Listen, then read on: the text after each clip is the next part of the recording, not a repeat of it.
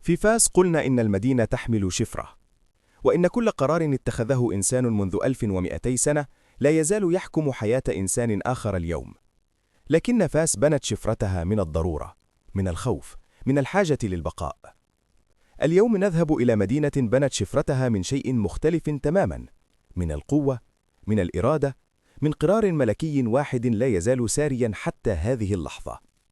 مراكش، المدينة الحمراء. لكن قبل أن أخبرك لماذا هي حمراء، أريدك أن تعرف شيئا واحدا: اللون الأحمر في مراكش ليس لونا، هو قانون.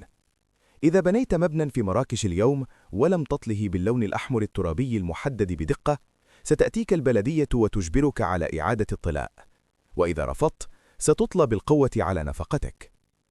1100 سنة من القانون في مدينة واحدة بلون واحد. السؤال الذي لا يسأله أحد هو: من قرر ولماذا وما الذي يحميه هذا اللون حتى اليوم؟ في عام 1070 للميلاد كان يوسف بن تاشفين يقف أمام سهل شاسع في قلب المغرب. رجل جاء من الصحراء، من المرابطين، من أناس عاشوا على ظهور الإبل وعرفوا أن البقاء يحتاج أكثر من السيف. كان يبحث عن مكان يبني فيه عاصمة لإمبراطورية بدأت تتمدد من الصحراء الكبرى جنوبا حتى الأندلس شمالا، وكان أمامه خياران. الخيار الأول: بناء على ضفاف نهر أم الربيع، المياه وفيرة، الأرض خصبة، والموقع آمن. الخيار الثاني: بناء في سهل الحوز، أرض جافة بعيدة عن الأنهار لكنها في قلب المغرب تماما، بين الجبال والصحراء والساحل.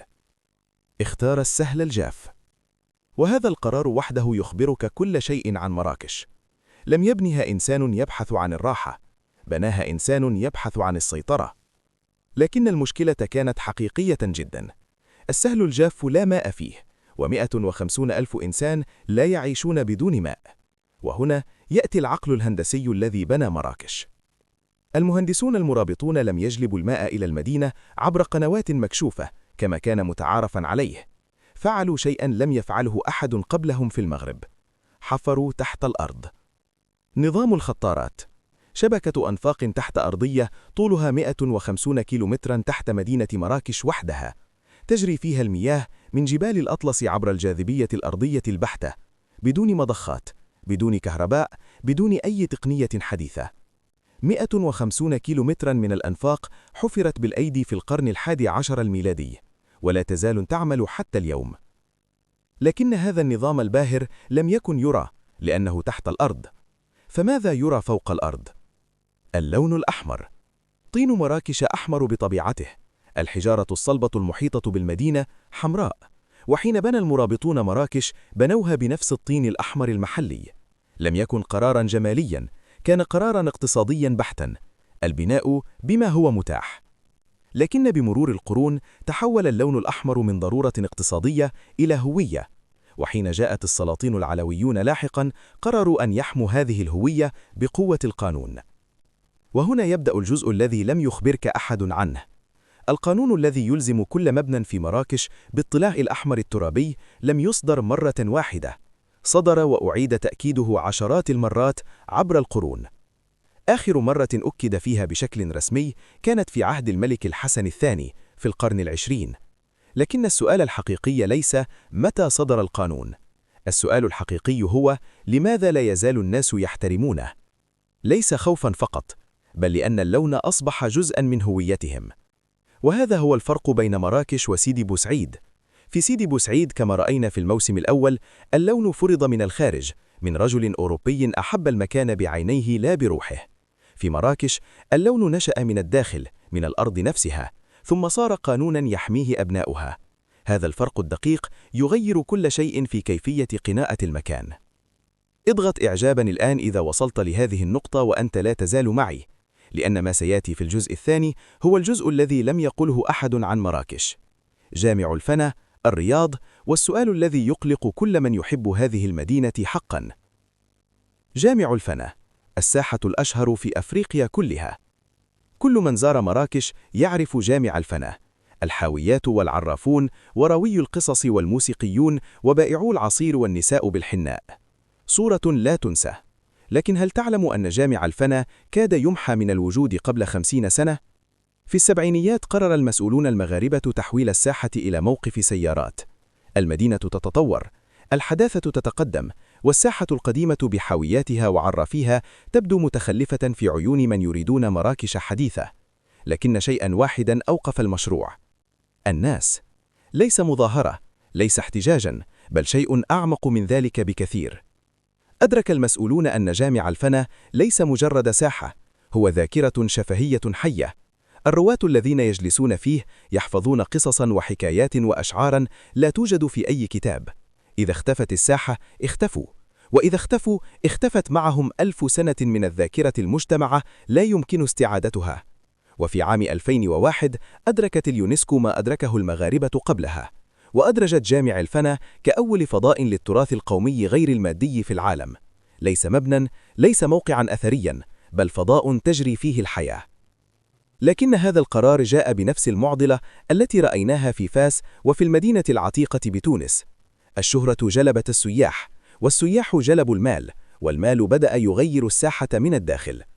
الرواة التقليديون يختفون تدريجيا، محلهم بائعو الصور للسياح. الحلقات التي كانت تضم 100 شخص يستمعون لحكاية تتقلص، والحلقات التي تضم سياحا يصورون بهواتفهم تتوسع.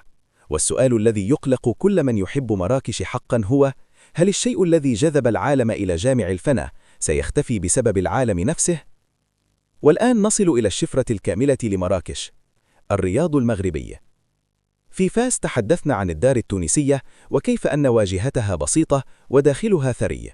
مراكش أخذت نفس الفكرة وطورتها لمستوى آخر. الرياض المغربي من الخارج لا يختلف عن أي جدار أحمر في الزقاق، لكن حين تدخل الباب تجد بحيرة سماء مفتوحة، وأشجار ليمون ونخيل، وموزاييك يغطي كل جدار ونافورة، وصوت ماء لا ينقطع. فلسفة واحدة: الجمال للداخل، الحياة للداخل. ما يراه الغريب ليس المهم، ما تعيشه أنت هو المهم. لكن اليوم معظم هذه الرياضات لا يملكها مغاربة، اشتراها أوروبيون وأمريكيون وحولوها لفنادق فاخرة يدفع فيها الزائر $1000 الليلة مقابل تجربة الأصالة المغربية، وأصحابها الأصليون يعيشون في أحياء الضواحي الجديدة. نفس المعادلة، نفس الألم، في كل مدينة نزورها. لكن هذا لا يعني أن الأمل غائب. في مراكش اليوم حركة معمارية صغيرة لكنها حقيقية. مهندسون مغاربة شباب يعيدون تفسير الرياض لا استيساخه، يأخذون المبدأ: الجمال للداخل، الحياة للداخل، ويطبقونه على مباني معاصرة، مدارس ومستشفيات ومراكز مجتمعية تحمل روح الرياض بدون أن تكون نسخة منه. وهذا هو الفرق بين مدينة تعيش تراثها ومدينة تبيعه. مراكش لا تزال تعيشه. مدينة بنيت بطين أحمر من الأرض، وبماء جرى تحتها في أنفاق لا ترى، وبأصوات رواة حفظوا ذاكرة لا تكتب. 3 أشياء لا تراها بعينيك مباشرة، لكنها هي التي تصنع المدينة. وهذه هي الشفرة. المدينة الحقيقية لا ترى، تعاش. في الفيديو القادم من شفرة المكان سننتقل إلى شفشاون، القرية الزرقاء الأخرى في المغرب. والسؤال الذي سيفاجئك هو: هل قصتها نفس قصة سيدي بوسعيد التي رأيناها في الموسم الأول؟ أم أن الأزرق هنا يحمل شفرة مختلفة تماما؟ إذا أعجبك هذا الفيديو واستفدت منه، فمن فضلك أرسله لأي شخص تظن أنه سيستفيد منه. اللايك والتعليق الذي ستعطيني إياه يعني لي أكثر مما تتخيل، ويشرفني كثيرا أن تشترك في القناة وتكون جزءا من هذه الرحلة. روابط جميع منصاتنا موجودة في الوصف. مراكش حمراء من الأرض، وكل مدينة تحمل لونها الخاص. السؤال هو: هل بدأت ترى اللون الذي تحمله مدينتك؟ هذه هي شفرة المكان. السلام عليكم. لا تنسوا الإعجاب بالفيديو والاشتراك في القناة تشجيعا لنا لنستمر بنشر المزيد إن شاء الله.